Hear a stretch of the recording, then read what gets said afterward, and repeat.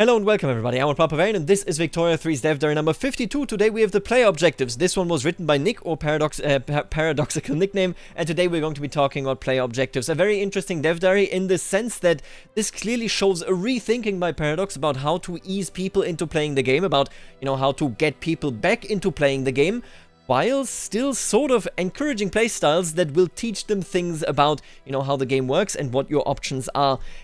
This is explicitly, and I want to point that out because actually somebody said, hey, is it really a tutorial, the player objective stuff? And I said, I think it's a freeform tutorial, and they disagreed, which, obviously is fine.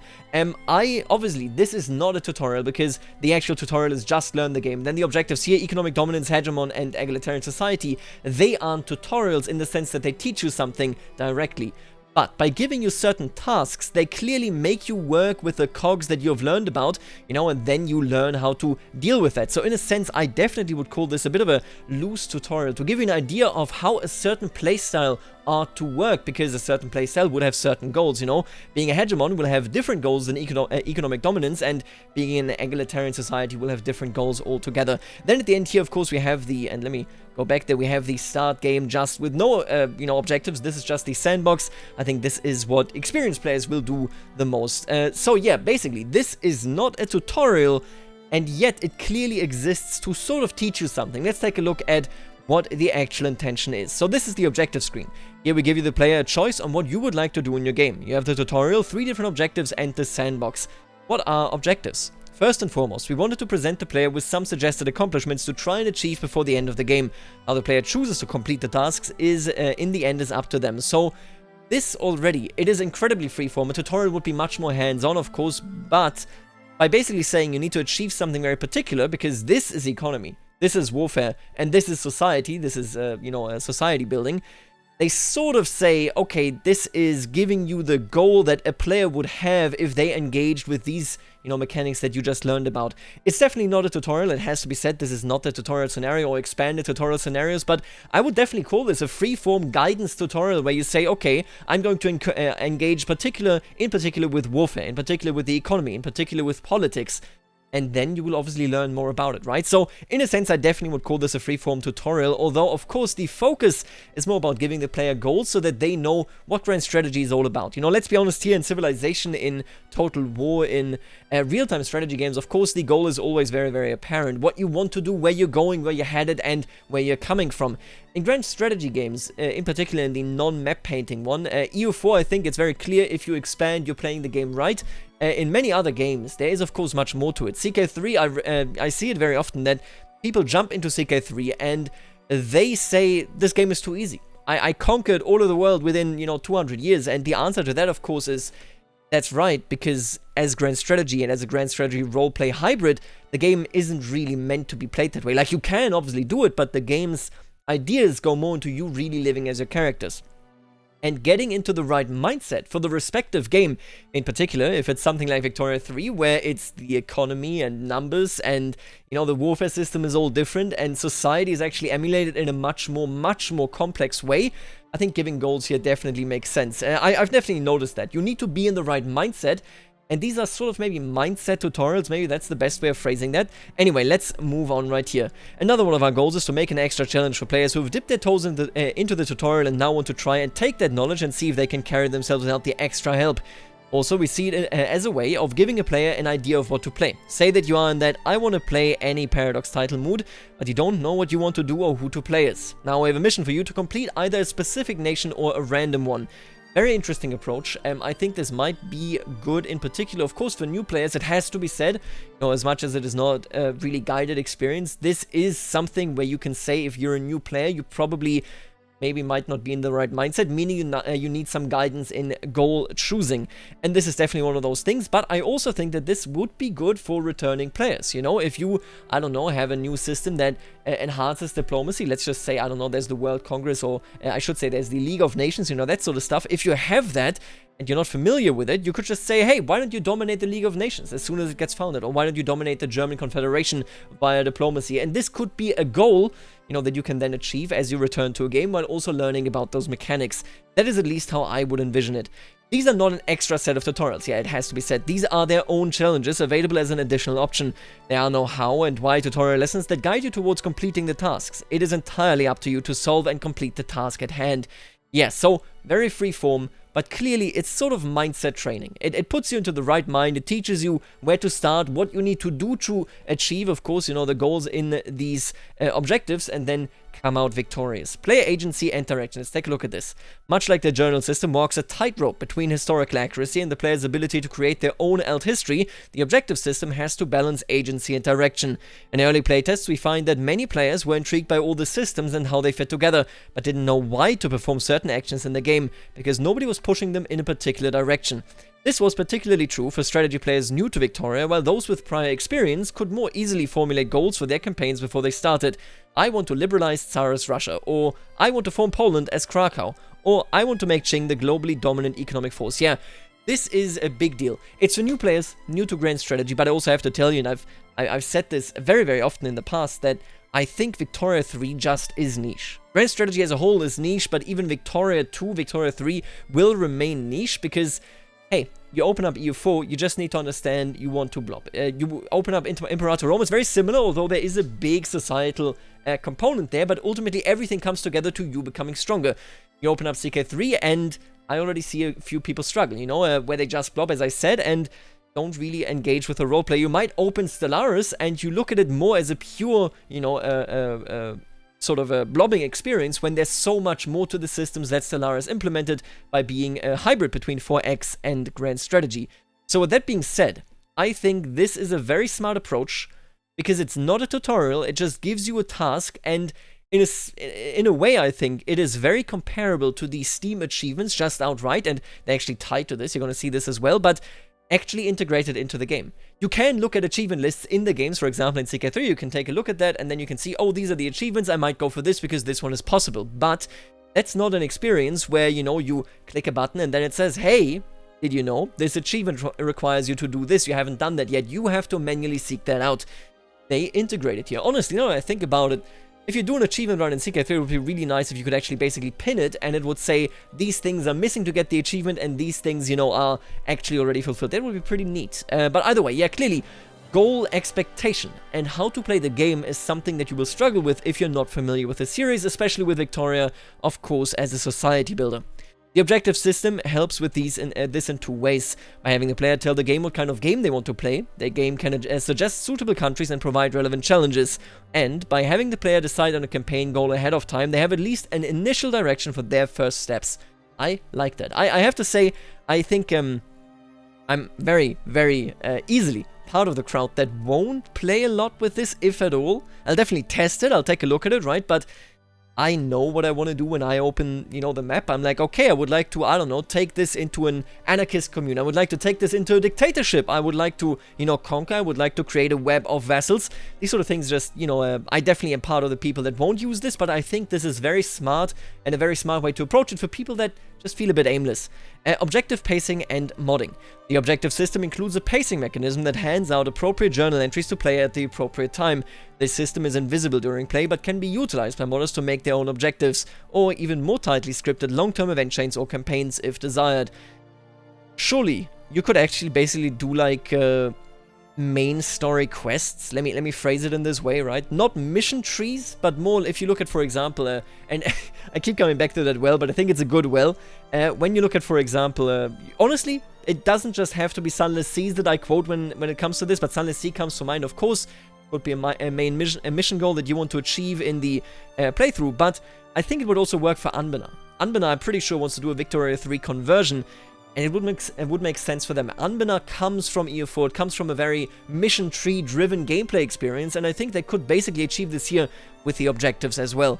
Each objective has a series of sub-goals with trigger conditions that can include previous sub-goals and effects that happen when they trigger. The typical effect when a sub-goal triggers is to grant a journal entry, but it can also perform any number of other things, setting up preconditions, firing notifications, changing AI parameters, and so on. So quite a lot of potential there. This technically lets an enterprising modder make entire branching narratives that can change based on the conditions of the player and the rest of the world when the sub-goal was triggered. In practice, we're much more open-ended in how we use it for the objectives that will be in the game at launch, since we only use it to provide some players selected direction for their campaign. Obviously, a feature that they use in a very particular way, but with a lot of potential for modders as well, as we just talked about with Sunless Sea and Anbana and so on. I could see a Warhammer mod, I could see a World of Warcraft mod utilizing this. I could see a great many mods, basically, that, you know, could actually work with this. Now, let's talk about recommended starts. Each objective will have its own recommended nations to players that can be easier or more difficult to complete the objective, as it is also entirely up to the player if you wish to play as one of these recommended nations, or if you instead wish to select your own nation to play with objectives on. These countries are selected because they are interesting nations to pursue the stated objective with, and may have their own unique quirks to overcome or leverage as they progress through the challenges. I like this a lot. So you can do these achievements, you can do these objectives with very particular nations, or you can do them with a nation that you just felt like playing. But, you know, for example, you wanted to have, I don't know, maybe Japan as an equal egalitarian society, and you can just do that. I like that it doesn't ham you in by saying you have to play with the ones that are suggested. Starting a game with an objective enabled. At game start, similar to the tutorial, you will get a notification letting you know that you are playing a certain objective. After letting the game tick for a few days, you will get your first task. Simply complete the task and move on to the next one. Let's take a look at this right here. This is the notification. Egalitarian Society is what you selected. Welcome to the Egalitarian Society play objective. In this objective, you will be given a series of journal entries to complete that will guide you down a path towards an egalitarian society. So this is, and I think this is why I'm saying this kind of is a tutorial. This is, I think, where the tutorial aspect comes in. There are individual steps that will guide you towards the goal of an egalitarian society. To do these steps, you must interact with certain elements of the game. They don't teach you about these elements, they just assume that you roughly know what's going on, but what you are learning is how to build a different society, where to move the levers to actually get that done. So I would definitely call this a very freeform advanced tutorial. Then you can see here the first journal entry, encourage liberal thought. Let's take a look at that actual journal entry. The first steps to creating any form of egalitarian society should be to get the right people in government. With them in a position to enact change, we can take our first steps towards a more equal society. We'll complete if intelligentsia are powerful, intelligentsia is being promoted, and intelligentsia are part of the government. So basically, strengthen the intelligentsia to an incredible degree. And this lesson, which it kind of is, this lesson obviously also applies to any other form of society you want to build. Let's say you want to build a theocratic society. This is the same except for theocratic societies, right? It would be, what are they called? Churches. Let's say they're the churches. They're sometimes the Confucian scholars, they can be the Anglican church and so on, but it is your religious faction basically, right? Religious faction is powerful. Religious faction is being promoted, and religious faction is part of the government. This is a freeform lesson of how to influence your government into a very particular direction. After you do this here, in this case, the actual objective, of course, get journal entry completed notification. Then right here, liberate the slaves and women and children. You can see that this is, I assume, is the US, right? Is very particular, because obviously a country, you know, let's say, I don't know, Sweden, let's say any of the German miners, let's say Britain, they don't practice slavery, meaning they wouldn't get this journal entry. If you play a unique country, you know, if you play a country like the US, if you play a country like Brazil that still have slavery, then you will get this and it will adjust naturally to it. I like that a lot, that it is quite flexible as you go towards egalitarian society as a goal. Progressing through the objective. Unlike the tutorial, however, there aren't special triggers that are needed for them to fire after completing the previous entry. Most will appear immediately after you complete the previous journal entry, because it guides you step by step. These tasks are meant as a helping hand. You will need to complete them to get to the final objective, but you will be free to complete the objectives any way you want.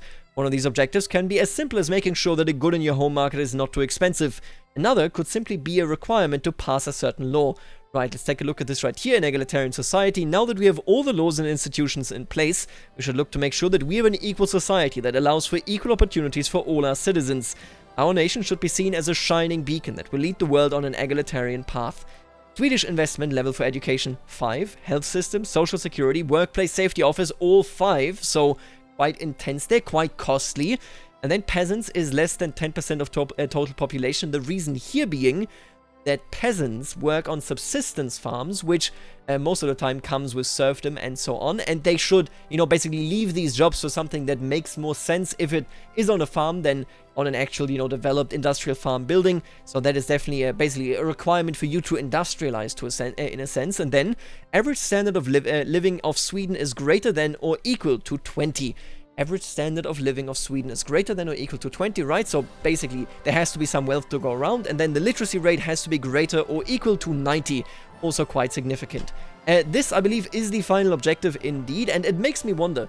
I would like to see more of these objective-driven play objectives, well, objective-driven playthrough potentials, because I'm thinking it would be cool if it's like, keep an absolute monarchy alive, right? If you do that, basically the objective would be not to fail something. To say, okay, when the year 1930 rolls around, you still need to have an absolute monarchy. I would like that sort of thing, you know, where you look at that, but obviously that is a negative objective because you need to deny change rather than enact it. Enacting change, I think, is easier to depict in objectives because you do something to achieve it rather than you do something to stop something from being achieved. But I would like to see this expanded to different goals. Let's talk about the final objective. After completing the secondary objectives, you will receive your final objective. This objective, which is named after the full objective, will take much more time and effort to complete. Yeah, I mean, these are a lot of requirements right there. Upon completion of the final objective, you will receive an associated achievement. So, this is what I mean. The idea of modern achievements in grand strategy games like CK3, EU4, Stellaris is to explore different playstyles and different regions. Except for Stellaris, there's no different regions there. But that is the goal of modern achievements, except modern achievements are outside of the game. Most people that play grand strategy games do not play an Iron Man. If you don't play an Iron Man, what does that mean? That means you don't get achievements, meaning you don't really care for the idea of these developer set goals. They took the achievements and just integrated them into the game. I think that is the best way to approach this. You could basically add an infinite number in here. You could technically say, okay, we have more complex achievements like, for example, be a monarchy as Ethiopia and conquer all of East Africa, right? That is something that could be its very own goal, although of course you couldn't play with any country. Yeah, no, actually this doesn't fit. The play objectives are really just the fairly open and generic achievements, because you can play with any country, whereas many achievements say play with this particular country.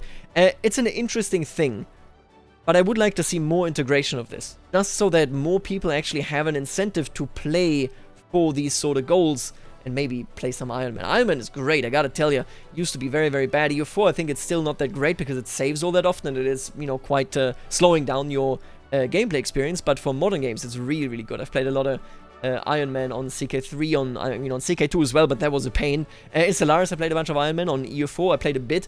Economic dominance. Aim to expand your production, market reach, and trade influence until the world economy is firmly within your control. Your ultimate goal will be to control the lion's share of global GDP. Recommended countries: United States. The United States of America has asserted the America's right to independence from European powers. However, the nation is also in the process of forcibly moving... Right, we've actually seen this flavor text. Great Britain has roared into the 19th century, rapidly becoming the world's first industrial nation. The massive empire is kept afloat by the labor of colonies across the globe. However, King William IV is close to death, and who knows what sort of era the next monarch will usher in. The US is clearly the easiest one, then the UK, or Great Britain. The Ottomans and Brazil are a real challenge. I like that. I like that you can challenge yourself more if you want to. That's definitely a really nice touch. Honestly, I might, now that I look at this, I think I'm more likely to play this because they're like, okay, you can do this as a difficult country as well. This isn't just to teach you the basics, but hey, if you want to bring Brazil into a world power, then why not? The Ottoman Empire has been embroiled in various wars through the beginning of the 19th century, and while some reforms have been attempted, more will be needed to prevent the decline of this empire. And last but not least, Brazil is in a period of upheaval following the abdication of Emperor Pedro I, which left the country in the rule of regents. Will Brazil manage to overcome these obstacles and emerge as a great power? If I was saying it, yes, absolutely. For those of you who love pie charts or want to put your economic degrees to the test, we have the economic dominance objective. This objective, we want to present the player with a host of tasks that relate to improving your economic power base, the overall goal being to control a large part of the global GDP within your market, right? Then we have Hegemony. These flags are not all correct yet. The technical reason for this is that the game hasn't actually started yet. The dynamic flag system can't kick in and alter the flag appropriately for the starting conditions, so it falls back on a default flag, right? So, just as a little tip here, these aren't the real... I think Japanese shogunate should have the... I don't even know what it is. I think it's a flower, right? In its center here rather than the sun. Prussia, actually very nice that they are using this flag. I like it a lot. But yeah, other than that, Spain and Egypt, of course. Let's read the flavor text here. I'm open to this. Nothing short of complete domination of the global populace will satisfy you. Subjugate, conquer, or simply grow your own population until most of the world live inside your borders. That is a challenge. Man, that is mega blobbing right here. Prussia managed to gain large swaths of territory in the Napoleonic Wars and has spent the last few years making startling reforms across the country. Will Prussia continue along this path and perhaps unite Germany? The young Queen Isabella rules a divided Spain, with liberal and conservative factions at each other's throats. Will the Queen be a mere puppet in the struggle, or will she take a more active role? The strength of the ruling Tokugawa shogunate is failing, with famine and unrest spreading all across the country. The Edo period has lasted in Japan for over 200 years. Will it be able to last for 200 more? The Edo period, right. Quite interesting, all three of these, and then... I mean, yeah, if I have to look at this, Spain should be fairly okay, reclaiming maybe their colonies, should be fairly easy to accept those territories as well, and then have South America. I mean, Prussia is, of course, the military, that you would want to conquer the world with when it comes to this time frame. And then the Japanese shogunate, I mean, that's a difficult start. You can then conquer, I guess, you start with, obviously, unifying the country, and then you look towards China, which is a huge part of the population, which might allow you to fulfill this goal, but it's a difficult start. And then Egypt, my god. Pressured, of course, by the Ottomans, by the colonial powers. That is a difficult campaign to become, more than 50% of the world's population. Under Muhammad Ali, Egypt has become independent from the Ottoman Empire in all but the most technical respect. Recent gains in Syria, however, are sure to incite a response from the Sublime Porte, and Egypt survived the coming storm. I love that. Man, Egypt is so hard for this achievement. I like this. I like these. You know what? I don't mean it in a derogatory way anyway when I say that this does feel like a freeform tutorial, but it feels only as a freeform tutorial if you play Prussia. If you play Egypt, hey, that's a real challenge. That is not a tutorial. You better know this game incredibly well. I would love to play this with, like, Krakow. Do Hegemony, just start as Krakow, and you need to actually control most of the world. Interesting. For all you map painters out there, we have the Hegemony objective. In this objective, you will aim to have a large portion of the global population within your or your subjects' borders. Subjugations and aggressive expansion may both be part of your strategy, but ensuring your population growth is on par with the rest of the world is also crucial.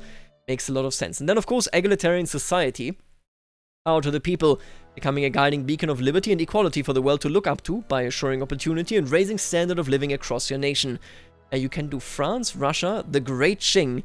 That should be very difficult based on, the population. And then Mexico, I suppose, yeah, it's difficult to really get going there. But I don't, honestly, in this case, I'm not sure whether Mexico is the hardest section here. I think Russia, since it is a European power, it's already recognized, right? Difficult, surely, more difficult than France. But I think Great Qing might just be the hardest one here to actually do it without having endless civil wars. At least that is how I envision it. It has been 6 years since Charles X was tossed from the throne in favor of Louis Philippe. Constant threats to the crown caused Louis Philippe to rule with an ever-tightening grip. Will France embrace a more liberal future? Russia. Tsar Nicholas I started his rule by crushing a revolt and now rules Russia in a vice-like grip. He espouses the doctrines of orthodoxy, autocracy, and nationality. Will this authoritarian Russia thrive in the 19th century, or will a new, different Russia emerge? Then we have the Great Qing. The Qing dynasty has ruled in China for almost 200 years and has now reached a golden era, controlling a third of the world's population and experiencing a period of internal balance. What will the future of China look like? See, I'm thinking, if you start as the Great Qing and do a Hegemony, surely that would be the easiest potential option that you have, right? If you take India, you should probably get this achievement already. And then we have Mexico. Tension between Mexico and the newly declared Texas Republic has turned into all-out war. Will Mexico reconquer Texas and return to the status quo? Right, if you aren't particularly into the big number go up or expansionist game, we have a nation builder objective for you as well. In egalitarian society, your task will be to make the most equal society you can. You will need to expand your institutions as well as passing more progressive laws to achieve your goal. Once you have established this equality of legal opportunity, the final challenge will be to also develop a very high standard of living and education rate among all your pops. This is the final objective that we've talked about right there. Quite interesting. This is it for this one. I like this approach where they basically say, we want you to have a goal that is fairly generic. You can do it with an easy, with a hard character. And quite frankly, thinking about this, I mean, CK3 takes a different approach to this. They have the bookmarks with characters and so on. And I think ultimately in CK3, of course, the characters without goals are just as playable as though you had a goal, because there's just so much going on in a character's life. But I think this could be something where you could integrate this sort of achievement hunting into the game, outside of Steam, and into the game as well, which CK3 currently doesn't really do. You can, again, check the achievements, but that's about it. But yeah, no, I like this approach. I don't think it's something that, I will have any nightmares or any dreams about. I think it's pretty neat. But that is it, and this is also it for, Dev Diaries for Victoria 3 for a while. As many of you know, most of Paradox goes on vacation next month, so there will be no Dev Diaries in July, but we will be back in August with more. Yeah, they return in August, then September. At PDXCon, the game is playable, and then late September, October, November, I would guess is when the game releases. Let's see when that happens, or if that happens, you know. And that is it for this dev diary. Let me know what you think, and I'll see you later, alligator.